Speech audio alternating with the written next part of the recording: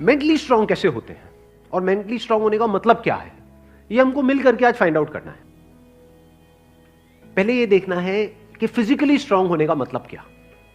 Sir physically strong को कह सकते हैं कि जिसके पास स्ट्रेंथ, स्टेमिना और एंड्योरेंस तीनों हो तो उसे फिजिकली फिट कह। Excellent point, let's give big hand for him.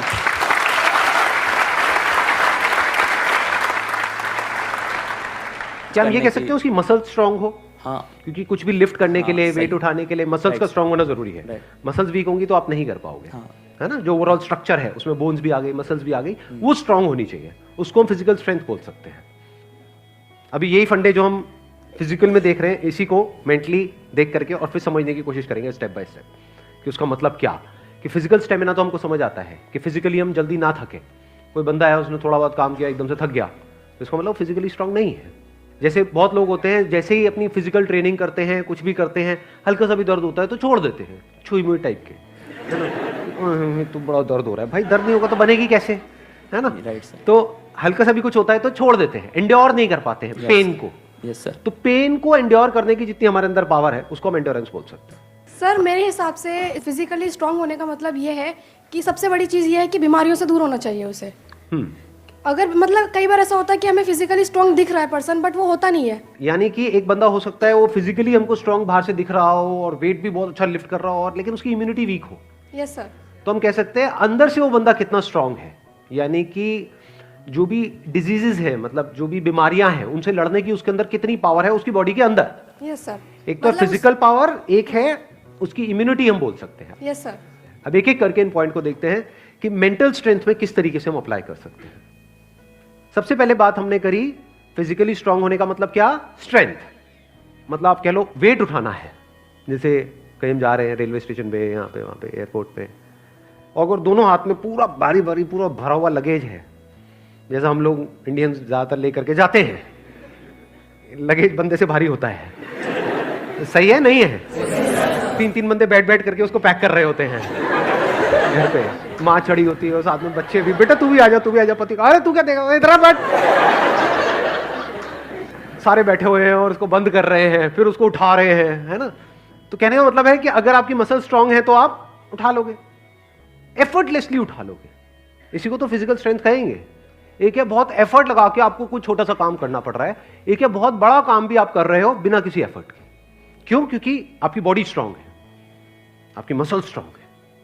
बिल्कुल इसी तरह से थिंकिंग मसल्स, यानी कि कोई प्रॉब्लम आई तो आप ये देख सकते हो आपकी थिंकिंग मसल्स कैसी है बेस्ड अपॉन कि आपका रिएक्शन कैसा है जब कोई आपकी लाइफ में प्रॉब्लम आती है।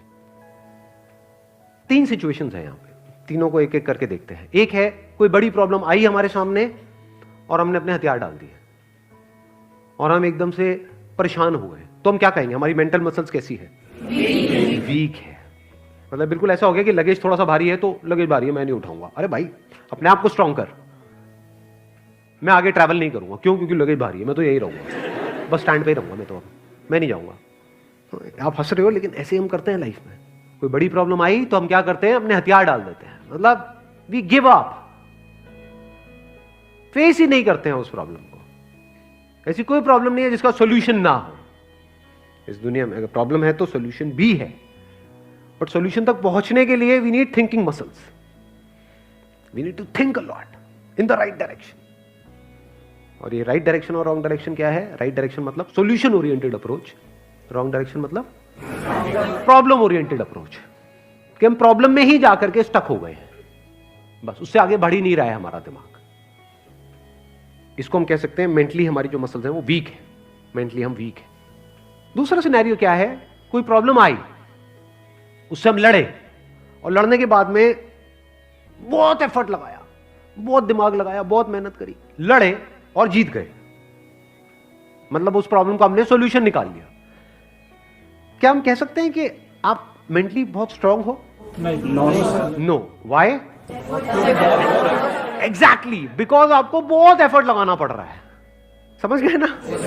हाँ, जैसे कोई बैग उठाना है तो बहुत एफर्ट लगाना पड़ रहा है जी, दोनों हाथ लगा दिए और ये घसीट घसीट के जा रहे हो और पहुंच गए, कह रहे हो हाँ मैं तो ये, मैं तो वो। भाई कुछ नहीं, तेरी कमर में लचक आ चुकी है।